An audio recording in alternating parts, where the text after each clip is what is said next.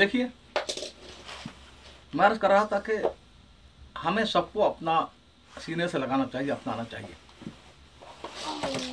हज़रत शेख हदीस शेख ज़कर रहमतुल्लाह ख़त मौजूद है। आखिरी उम्र में हज़रत फिक्रमंद थे तबलीग के बारे में। ख़त में यह है कि ज़ुबैर में, मौलाना ज़ुबैर रहमतुल्लाह में तो अहलियत है नहीं, साथ बहुत छोटा है। अब अल्लाह पर छोड़ देता, अल्लाह जिसको चाहे आगे बढ़ाएगा।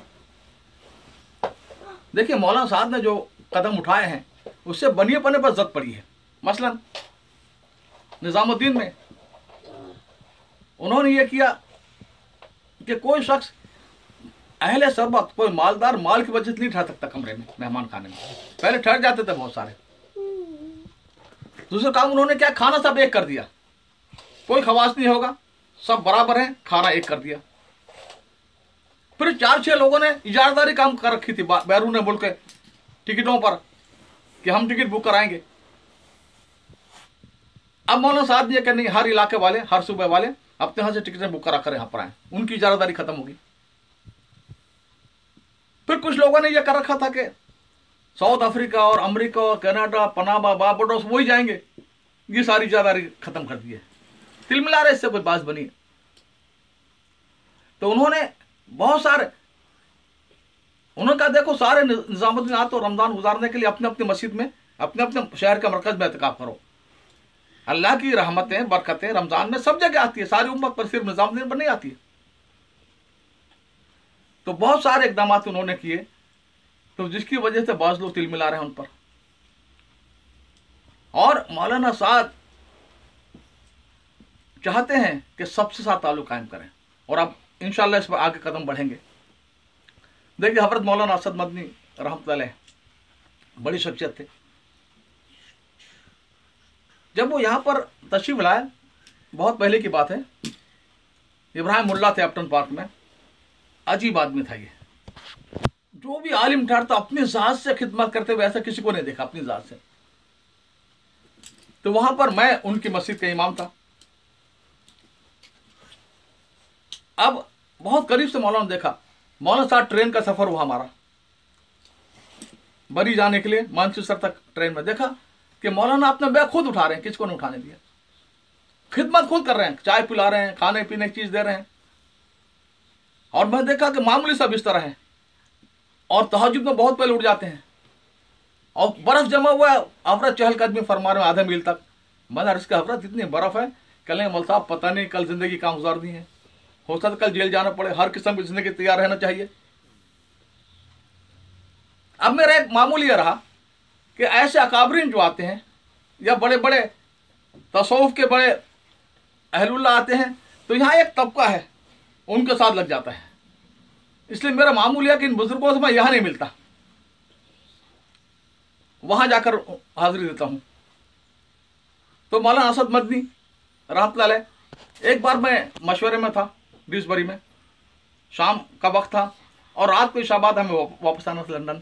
हजरत तशरीफ लाए शाम को, मुझे फरमाया देखो तुम लंदन जाते हो, रास्ते में वाल साल है, वहां से अहमद के घर से मेरा पासपोर्ट ले जाना, और मुझे वहां से पनामा, बारबाडोस, ट्रिनिडाद, इन ममालिक में जाना है।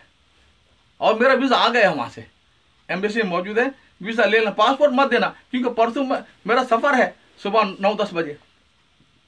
अब मैं रात भर का सफ़र था, छोटे रातें थी, फजर की नमाज में मैंने 1-2 तबलीगी साथियों को कहा कि मौलाना का पासपोर्ट लेकर जाओ, वीज़ा ले लो, पासपोर्ट छोड़ना नहीं एम्बेसी में। अभी हमारे तबलीग के हर किस्म के बेचारे लोग होते हैं। अभी बात साथी ऐसे होते हैं उनकी नमाज मस्जिद के बगैर नहीं होती, छोटे छोटे दिन है। अब मस्जिद तलाश की उस इलाके में नहीं थी, काफ़ी दूर थी मस्जिद ह्यूस्टन में।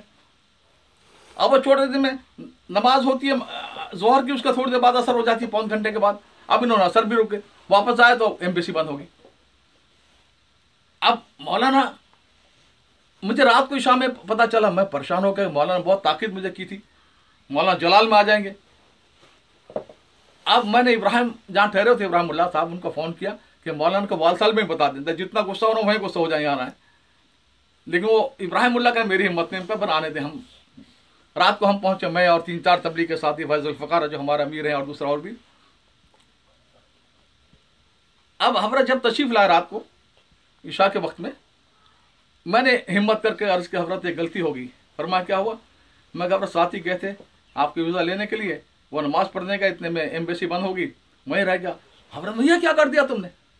अरे भाई, मेरे लिए फला जजीरे में साउथ अफ्रीका से एक दो आदमी आने वाले थे और फला जजीरे के लोग आगे इस्तकबाल के लिए आने वाले थे, मेरा दिल्ली तक का सारा प्रोग्राम चौपट कर दिया तुमने, बर्बाद कर दिया। अब मैं भी मैंने कहा हजरत आप दुआ कीजिए, हम कोशिश, अब क्या कोशिश करोगे? एम्बेसी बंद हो गई। बहरहाल एक हमारे दोस्त है इफ्तिखार साहब, यहाँ पर यह है कि एम्बेसी के लोगों की भी अलग एक डायरी होती है, उनके घरों के फ़ोन नंबर होते हैं। तो मैंने कहा ज़रा उनसे, गालबन पनामा या बारबाडोस के थे, एम्बेसडर से बात तो करो। रात के 12 साढ़े 12 बज गए थे, उन्होंने बात की। भाई हमारे एक बुजुर्ग हैं, अकाबिर हैं, राज्यसभा के मेंबर हैं, और इस तरह सारा वाक़या सुना, इस तरह पर हुआ। सफ़ीर ने कहा सोचने के लिए मैं 20 मिनट दीजिए। 20 मिनट बाद सफ़ीर को फ़ोन किया तो उसने कहा देखो, वीज़ा सेक्शन का जो ऑफिसर है वो साउथ लंदन में रहता है, गुंडन पार्क इलाके में, और एम्बेसी है सिटी सेंटर में। आप जाएं अपनी गाड़ी में, उसको लें और वो आपको पासपोर्ट देगा, फिर उसके घर छोड़ें। तो साथ ही गए और सारे करके सुबह 4 साढ़े 4 बजे वापस आए वीज़ा लेकर। जब हजरत तहज्जुद में उठे, मन का हजरत ये अल्लाह ताला ने काम बना दिया, ये आपका वीज़ा है। ये कैसे हो सकता है? एम्बेसी में तो मुल्कों के राज होते हैं, किसी बड़े से बड़े इस्मार खां बड़े वजीर के लिए एम्बेसी नहीं खुलती है। मैं घबराती, आपकी करामत है, ये आपकी बरकत है। हैरान हजरत जी। तो मैं अर्ज कर रहा था कि लेकिन मैं मौलाना से यहाँ नहीं मिलता था। एक मरतबा जब दिल्ली गया तो मैं हजरत से मिलने के लिए पहुंचा, तो हजरत ने फरमाया कि आज शाम का खाना हमारे साथ खाइए, और राज्यसभा के मेंबर की हैसियत से आपकी एक कोठी थी, मिली हुई थी हुकूमत की तरफ से, गालिबन सफदरजंग रोड पर, वहाँ पर गए। एक मद्रास के हकीम साहब थे, 80 साल उम्र के, काला काला कलर था उनका अमामा और बड़े हकीम जुब्बा पहना हुआ। पता चला था कि मौलाना अरशद मदनी को, बहुत पुरानी बात है, शायद कैंसर हुआ था उस जमाने में, अब वो हकीम थे। अब खाने की मजलिस में बात हो रही है, हकीम साहब ने फरमाया कि भाई रोजाना इतने केकड़े चाहिए। हजरत मौलाना अरशद मदनी रहमतुल्लाह ने फरमाया कि केकड़े कहाँ से लाएंगे हम? का मिलते हैं, और मीठे पानी के। हजरत ने फरमाया मीठे पानी कहाँ से लाएंगे? कि वो भी लोग जानते हैं, उनको मीठे पानी के अलग मिलते हैं, और मादा चाहिए, नर नहीं चाहिए। हजरत मादा हम कैसे ढूंढेंगे? कब उसको उल्टा करके उसको फलान जगह कचोगे दें चाकू से, छुरी से, तो दूध निकलेगा। अब वो उन्होंने बताया गया, क्या मुझे तो पता नहीं पूरी तफसीलात, मौलाना अरशद मदनी के लिए दामद बरकातुहू। मैंने सोचा कि देखो, सरतान कहते हैं केकड़े को अरबी में, और कैंसर को भी सरतान कहते हैं। क्या अल्लाह नाम की मुनासिबत से मर्ज कर रहा, वहां मिलता था। यहाँ इनके साथ ऐसे लोग होते थे कि पता नहीं, मैं कोशिश करता यहाँ मुलाकात ना हो। मुफ्ती अहमद खानपुर मेरे दोस्त हैं, पढ़ने जमाने साथी हैं। मैंने बताया कि सबसे पहले हम तबलीग निकाल कर डाबे लेकर गए थे उनको, अरबी दुआम शोम में। वो आते हैं, एक मरतबा आए पहले, मैंने फोन किया, हजरत आराम फरमा रहे हैं, हजरत वजू फरमा रहे हैं, हजरत गुफ्तगू फरमा रहे हैं। मगर अब नहीं मिलना हजरत से। अब वहीं जाकर 8 साल से मैं जाता हूँ सूरत में, बल्कि डाबे में मुलाकात होती है। इसी तरह पर हमारे मौलाना यूनुस जौनपुरी है, शेखुल हदीस, बहुत बड़े बड़े सगीर के सबसे बड़े मुहद्दिस समझे जाते हैं। अब उनका एक मिजाज है, नजाकत भी है, मूडी मिजाज है, घड़ी में तोला घड़ी में माशा। अब शुरू में जब आया तो मैं मिलने के लिए गया, हजरत ने तारीफ की, आपके मज़ामिन में पढ़ता हूँ, बहुत अच्छे मज़ामिन माशाल्लाह, ये है वो है। और बातें करते करते ये भी फरमाया कि हमें हर चीज़ में इखलास पैदा करना चाहिए। अब हजरत के हवारी मवारी में एक साहब ने कानाफूसी शुरू की, ये तो हजरत ने कष्ट से मालूम कर लिया कि मौलवी साहब के अंदर इखलास नहीं है, इसलिए इखलास की नसीहत की। अभी मैं दूर से ज़्यादा कर लेता हूँ आजकल, इसलिए कि ऐसे लोग इन बुजुर्गों के आगे पीछे हो जाते हैं और खामखा। तो मैं अर्ज कर रहा था कि ये सारे अकाबिर हैं हमारे, ठीक है, हर एक का मिजाज अलग होता है, तो हमें इन बुजुर्गों की से फायदा उठाना चाहिए। लोग ये बहुत गलत काम करते हैं, किसी से बज़न करना, किसी के खिलाफ कानाफूसी करना।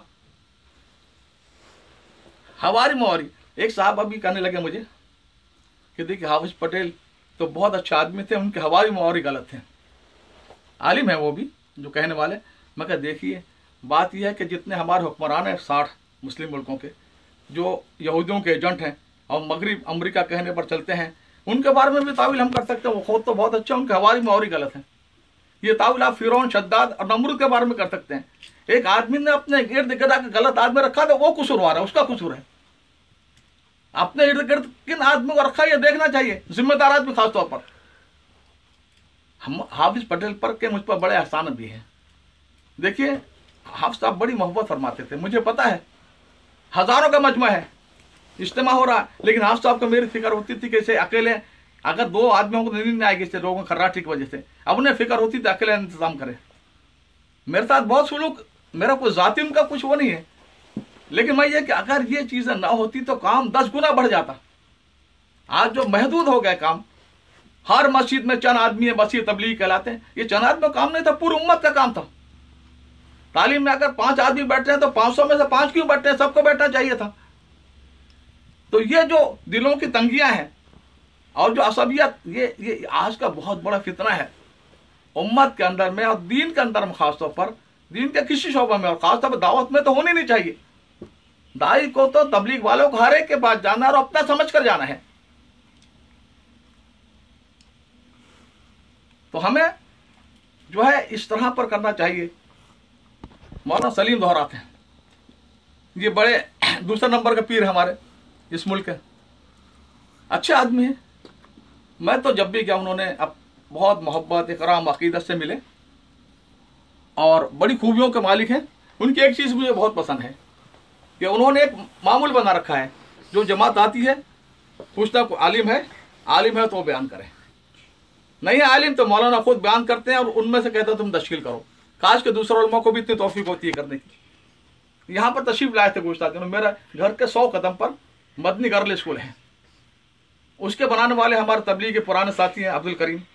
एक दिन मेरे पास आया कि भाई यहाँ पर हमने सालाना बुखारी शरीफ के ख़त्म के लिए मौलाना सलीम दोहरात आ रहे हैं, उलमा की दावत भी है, आपकी भी, आप भी आ जाइए। मैं कहा क्यों, मुझे खींच रहा हो भाई। कहते नहीं, इसरार किया तो मैं पहुँच गया, बहुत देर से मैं पहुँचा। बयान मौलाना सलीम दोहरात का बहुत कुछ हो चुका था, मैं खामोशी से पीछे बैठ गया। मौलाना ने देखा और किसी ने देखा, मुझे आगे बुलाकर स्टेज के साथ कुर्सी पर बिठा दिया। मौलाना ने बयान में ये बात फरमाई मेरा नाम लेकर कि ईसा मंसूर जो है अगरचे मेरा उस्ताद नहीं है, लेकिन मैं उस्ताद की तरह पर मानता हूँ। फिर दुआ हुई, दुआ के बाद मौलाना ने बहुत ही अच्छा मुआनका किया और मुझे कहने लगा अल्लाह जानता है आपका ख्याल आता है, मैं आपके लिए दुआ करता हूँ। मैं कि आपको और अल्लाह का मामला है, मैं क्या कह सकता हूँ इसमें। अब वह खाने की दावत थी, अब मैं कमरे में खाने के हॉल में पहुँच गया। अब ये जो हमारे यहाँ के मौलवी साहबान पीर साहब से पहले कैसे जाएँ, वो सब इंतजार में मौलाना सलीम जाएँ। मौलाना सलीम दोहरात के लिए एक मसलत लगी हुई है। अब वो तशरीफ लाए, मेरे पास बैठ गए, खाना मेरे इसमें डालने लगे, उनका बड़ापन है। अब उसके बाद में बड़ी मोहब्बत के साथ कहने लगे कि मौलाना तबलीग वालों में बड़ा गुलू हो रहा है, हजरत मौलाना तकी उस्मानी ये कहा है। मैंने 2 बातें कही, एक तो ये कि भाई मौलाना तकी उस्मानी ने तसव्वुफ के बारे में क्या कहा आपको पता है। उन्होंने अभी कहा कि ये आजकल जो खुलफा हैं ये मुरीदों की जान माल आबरू वो अपने समझने लगते हैं और बहुत गड़बड़ हो रही है। कहा कब कहा, किसी रिसाले में आया? मैं कब वो फतुल मुलिम के जो ताज़ा जिलगा 6 उसमें आया है। और मैंने कहा आप जो कह रहे थे ना इमाम बुखारी का नुकात बहुत ऊंचे ऊंचे बयान कर रहे थे दर्स में, ये तो मौलाना इमाम बुखारी ख्वाब ख्याल में भी नहीं आई होंगी ये बातें। तो मौलाना सलीम दोहरात ने आपने सच कहा, हज़रत मौलाना तकी उस्मानी और फला बुजुर्ग ने भी ये कहा। बहरहाल हमारे ये असल तवसीत उनके वालिद के साथ थी। मौलाना दोहरात बड़े मुखलिस आदमी थे, हाफिज दोहरात साहब उनके साथ थी, ये तो बात के हैं। लेकिन अच्छा इनसे भी फायदा पहुंच रहा है, लेकिन उनको भी जरूरत है कि इस तरह सबको अपना समझ कर इनके फयूज और बकात बहुत बढ़ जाएंगे। अपना समझाएं और अपना समझ कर पूरी उम्मत बने के साथ काम करें। बस हो गया ना।